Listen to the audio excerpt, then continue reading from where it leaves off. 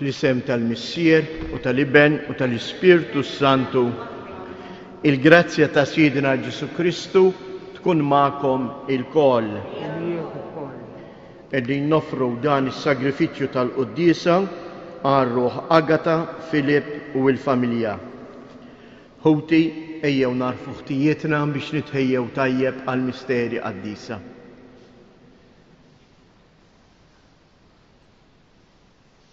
Mulej ħniena, Kristu ħniena, mulej ħniena.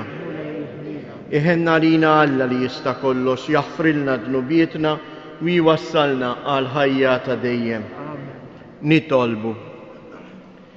Fil-ħniena tiegħek mulej ilqa' it-talb li aħna l-poplu tiegħek qegħdin nagħmlulek biex kif nifirħu bibnek il-waħdieni fil-miġja tiegħu fostna bħala bniedem, hekk ukoll niksbu il-premju tal-ħajja ta' dejjem meta jiġi fis-sija tiegħu.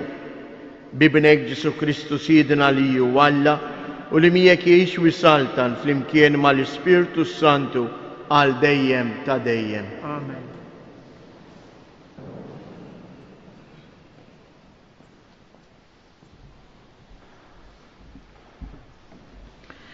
Arim il-ktieb tal-Anja tal-Anjiet. Leħen il-maħbub tiegħi, araħ u ġej jaqbes fuq il-muntanji, jitqabes fuq l-oljiet. Il-maħbub tiegħi qisu xi għażila jew ferħ iċriev. Hemm huwa wieqaf wara l-ħajt tagħna, iħares minn ġottieqa u jarrex wara l-gradi tal-ħadid. Qabad jitkellem hu il-maħbub tiegħi u qiegħed jgħidli: Maħbuba tiegħi ejja sabiħa tiegħi, għaxara għaddiet ix-xitwa, spiċċat ix-xita, marret, fuq l-art ġa der il-wart, iż-żmien tal-għana wasal, fuq artna instemma leħen il-gamim, diġà beda mit-tin ħireġ il-frott, inwar ta' dwieli ixerret riħa ħelwa. Maħbuba tiegħi ejja ġmiel tiegħi, ħamiema tiegħi ġewwa xquq tal-blat, moħbija ġorxi irdum, u rini wiċċek, semmali leħnek, għax leħnek ħlejju u żbejjaħ wiċċek. Il-kelma tal-mulej. Għannu ġusti bil-ferħ lil-mulej, għannulu għanja ġdida. Għannu ġusti bil-ferħ lil-mulej, għannulu għanja ġdida. Faħru l-mulej bid-daq taċ-ċetra, għannulu fuq l-arpa baxar kordi, għannulu għanja ġdida, doqqulu bis-sena u bleħen qawwi. Għannu ġusti bil-ferħ lil-mulej, għannulu għanja ġdida. Imma il-fema tal-mulej tibqa' għal dejjem, minn żmien għal żmien ħsibijiet ta' moħħu. Ħini l-ġens li l-mulej hu Alla tiegħu, il-poplu li hu għażel bwirtu. Għannu ġusti bil-ferħ lil-mulej, għannulu għanja ġdida. Ruħna tixxenna għal-mulej u l-għajnuna u t-talka tagħna, fih jinsab il-għena ta' qalbna, fisem qaddis tiegħu it-tama tagħna. Għannulu ġusti bil-ferħ lil-mulej, għannulu għanja ġdida. Alleluja, alleluja. U xemx tila dija ta' dawl ta' dejjem u xemx tal-ġustizzja, ejja u dawwa lil dawk li jinsabu fid-dlamijiet u d-dell tal-mewt. Alleluja.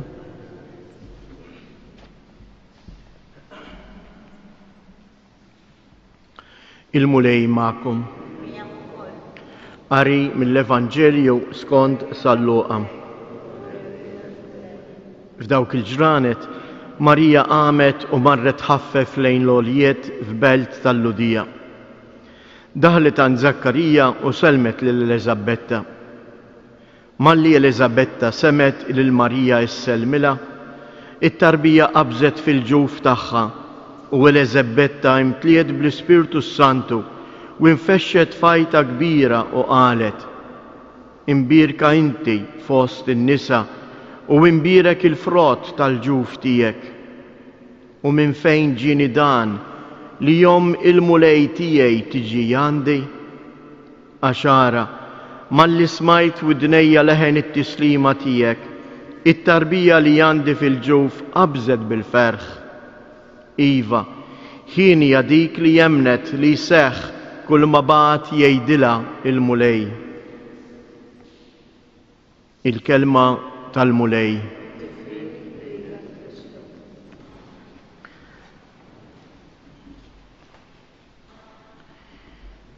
Marija qamet u marret ħaffef lejn l-għoljiet. Hekk kif Marija tnissel il-kelma ta' Alla fil-ġuf tagħha, għax kif jgħidilna Sant Wistin, kienet diġà nislita fil-qalb, fil-moħħ permezz tal-fidi tagħha, hija ma żommx il-preżenza ta' Alla li sar bniedem f'ġufa għalija, imma tħaffef biex twaslu għand l-oħrajn fid-dar ta' Ġwan, ta' Zakkarija u Eliżabetta li f'ġufa wkoll qiegħda ġġorr lil Ġwanni. Kemm hi xi ħaġa sabiħa dejn li aħna nifhmu li l-kelma ta' Alla jekk jien irrid inkun naf jekk il-kelma ta' Alla niżlitx fija, ix taħdem fija, ix ħajja, ix qiegħda ssir laħam, lilna trid timbuttana biex nagħmlu xi ħaġa. Il-kelma ta' Alla ħajja lilna tqajjimna minn postna u tibatna biex inwassluha lill-oħrajn. Ejjew nitolbuha din il-grazzja lill-Omna Marija. Li l-kelma ta' Alla li aħna nisimgħu bħalma sameta għej, aħna wkoll imma nilqgħuha, ngħixuha u nħalluha tmexxina. Ħafna drabi aħna kważi kważi anke fit-talb tagħna, kważi kważi rridu ngħidu aħna x'għandu jagħmel Alla. Il-kelma tal-Alla mhux hekk. Il-kelma tal-Alla hija li tgħidilna x'għandna nagħmlu, li tmexxina, li tagħtina il-ħajja vera. B'dawn il-ħsibijiet f'moħħna ejjew aħna wkoll inresqu it-talbiet tagħna bl-interċessjoni ta' dik li hija ħienija għaliex hemmnet kull ma qalilha l-mulej. Itolbuk mulej għall-Knisja mqazza tiegħek li tagħha l-Verġni Marija hija ġbija u mudell ħaj. ħatkun hi wkoll il-qaddejja tal-kelma tiegħek nitolbu. Nitolbuk mulej għall-missjonarji tagħna Maltejn u Għawċejn li bħal Marija ħallew artom biex iwasluk fil-qalb ta' kull bniedem. Għatihom l-għajnuna meħtieġa li għandhom bżonn f'dejn il-missjoni li inti tajthom. Nitolbu. Nitolbuk mulej biex tibgħat fuqna l-Ispirtu tiegħek ħalli fina wkoll irawwam jagħti l-ħajja il-kelma li aħna nisimgħu f'kull ċelebrazzjoni tal-Ewkaristija. Nitolbu. Nitolbuk mulej biex minn dan is-santwarju għażejs tal-Madonna ta' Pinu inti tkompli tbierek u tqaddes il-familji kollha tagħna. Għati l-għajnuna meħtieġa lil morda u lil dawk kollha li jduru bihom. Nitolbu.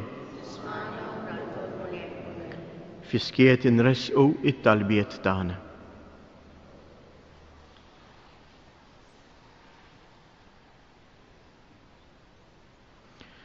Il-qamissier qaddejs dawn it-talbiet tagħna bl-interċessjoni ta' Omna Marija. Għamel li aħna wkoll nimtlew bil-barka tiegħek, int li tgħix wis-saltan għal dejjem ta' dejjem.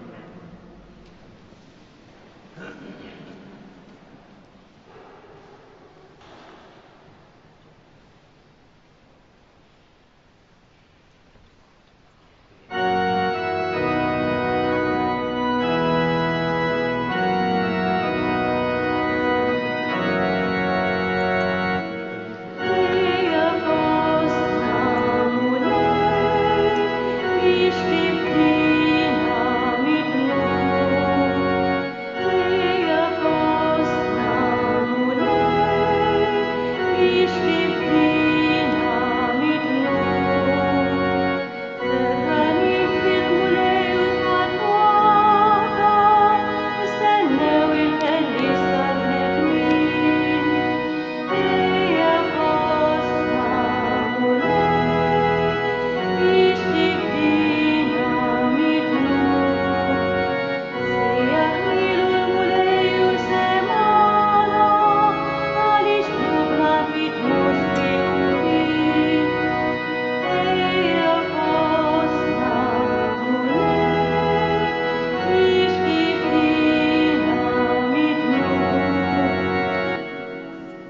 Jitolbu ħuti biex dan is-sagrifiċċju tiegħi jutakom ikun joġob lill-Alla l-Missier li jista' kollox.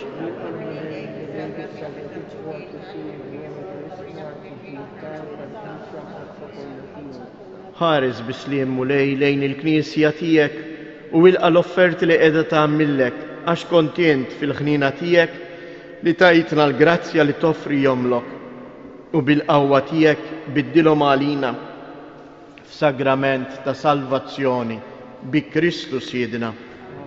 Il-mulej ma'kom, nerfgħu qlubna il fuq, niżżu ħajr lill-mulej Alla tagħna. Sewwa u xieraq tas-sew mulej Missier Qaddis, Alla ta' dejjem li tista' kollox, tajjeb u taġid tas-salvazzjoni tagħna li dejjem u kullimkien inroddulek ħajr bi Kristu Siedna. Lilu ħabbru il-profeti fix-xandir tagħhom, l-Om Verġini nslitu u stennietu bl-akbar għoża. Ġwanni ħabbru b'tifħir meta qorob u Morjeħ meta wasal. U qiegħed jagħtina li bil-ferħ nitħejjew għall-misteru ta' twelid tiegħu biex isibna nisru u nitolbu u nitennew fit-tifħir tiegħu. Għalhekk mal-anġlu u l-arkanġli matroni u mad-dominazzjonijiet mal-qtajja kollha tal-eżerċ tas-sema intennu l-innu tal-glorja tiegħek u ngħidu bla qiegħda: Qaddis, Qaddis, Qaddis, mulej Alla tal-eżerċti, is-smewwiet u l-art mimlija bil-glorja tiegħek.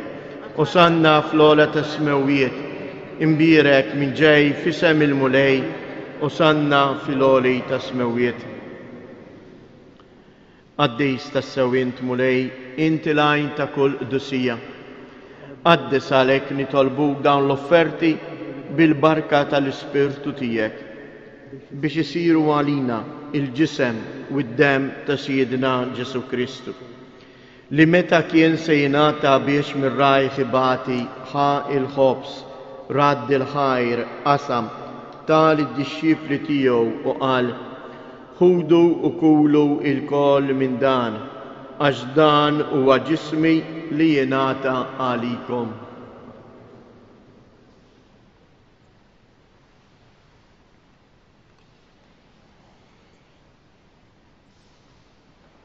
Ekk ukoll wara li klaħa l-kalċi reġa' radd il-ħajr tal id-dixxipli tiegħu u qal: ħudu u xorbu minnu il-koll, għax dan huwa l-kalċi ta' demmi tal-patt il-ġdid li jibqa' għal dejjem.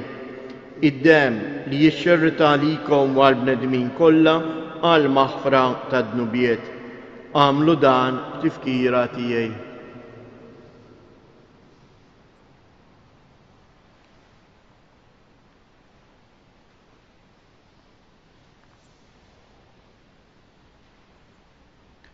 Danu il-misteru tal-fidej inħabbru l-mewt tiegħek mulej, inxandru bil-ferħ il-qawmin tiegħek nistennewk sa ma tiġi fil-glorja.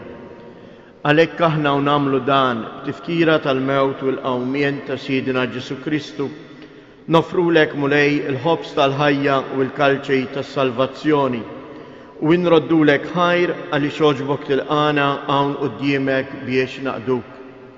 U miċ-ċokontana nitolbu lill-Ispirtu Santu jaqqadna f'ġisem wieħed lilna li nieħdu sehem mill-ġisem u d-dem ta' Kristu. Ftakar mulej fil-Knisja tiegħek imxerda mad-dinja kollha u ittaqa' fl-imħabba flimkien mal-Papa Franġisku, mal-Isqof tagħna Anton u mal-Ministri tiegħek kollha. Ftakar ukoll fħutna li raqdu bit-tama tal-qawmien. Ftakar fil-mejtin kollha, daħħalhom quddiemek fid-dawl tas-sebħ tiegħek. Ħenna lina l-koll nitolbuk, għati lilna wkoll il-wirt tal-ħajja ta' dejjem, flimkien mal-Verġni mqazzo Malla Marija, ma' żewġa San Ġusepp, l-Apostli u l-Qaddisin kollha li jgħixu fil-ħbiberija tiegħek sa mill-bidu tad-dinja. Għamel li magħhom infaħruk u nsebħuk b'Ġesu Kristu ibnek.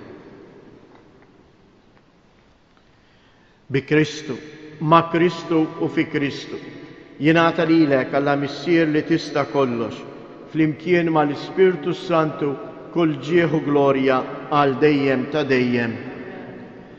Ejjew nitolbu kif għallimna u ridna nagħmlu li bentalla għas-salvazzjoni tagħna.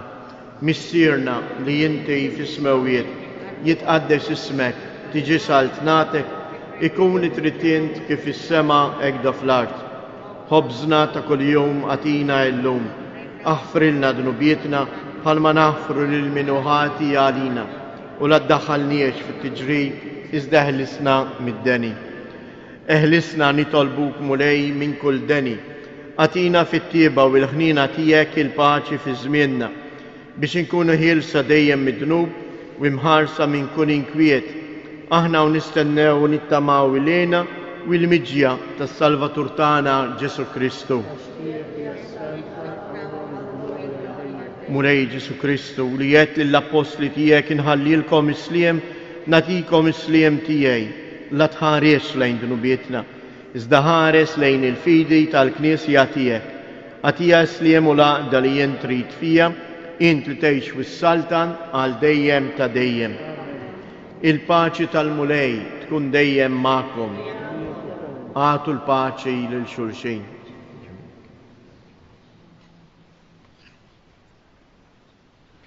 Ħaruf ta' Alla li tneħħi dnubiet tad-dinja ħenna għalina. Ħaruf ta' Alla li tneħħi dnubiet tad-dinja ħenna għalina. Ħaruf ta' Alla li tneħħi dnubiet tad-dinja ħenna għalina.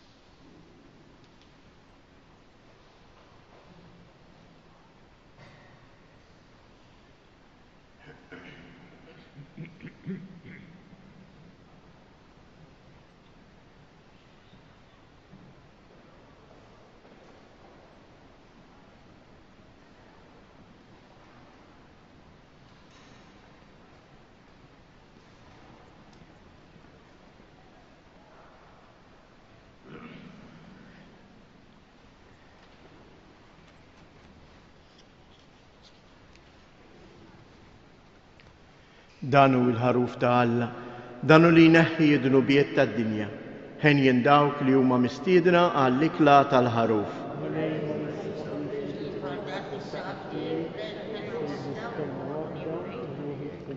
Il-ġisem ta' Kristu.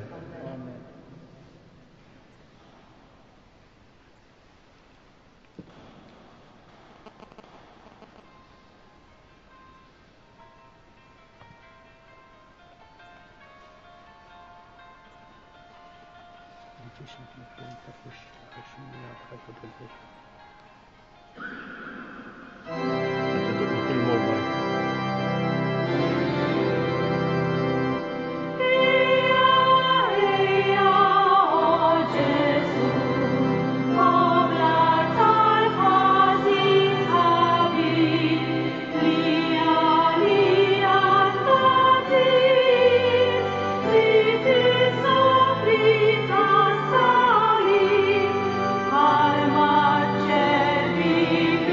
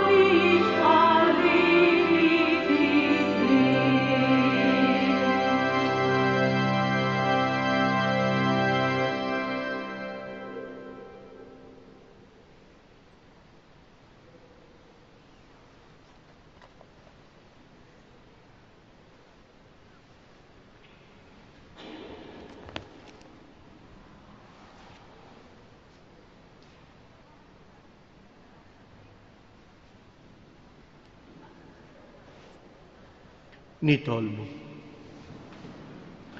Għamil mulej li l-poplu tijek isib dejjem il-ħarsin qawwi f'dawn il-misteri qaddisa li fihom jieħu sem u li bit-tiba sħiħa joqgħod taħt is-seta tiegħek ħalli jikseb dejjem iżjed is-salvazzjoni fir-ruħ u l-ġisem. Bi Kristu Siedna. Iddu flimkien tliet Avamarijiet, sliem għalik Marija bil-grazzi mimlija l-mulej miegħek, imbirka inti fost in-nisa, imbirek il-frott tal-ġuf tiegħek Ġesu.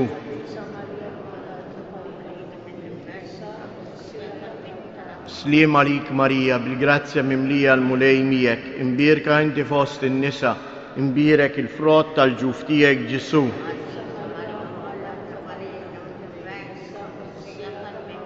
Sliem għalik Marija bil-grazzja mimlija l-mulej miegħek, imbirka inti fost in-nisa, imbirek il-frott tal-ġuf tiegħek Ġesu.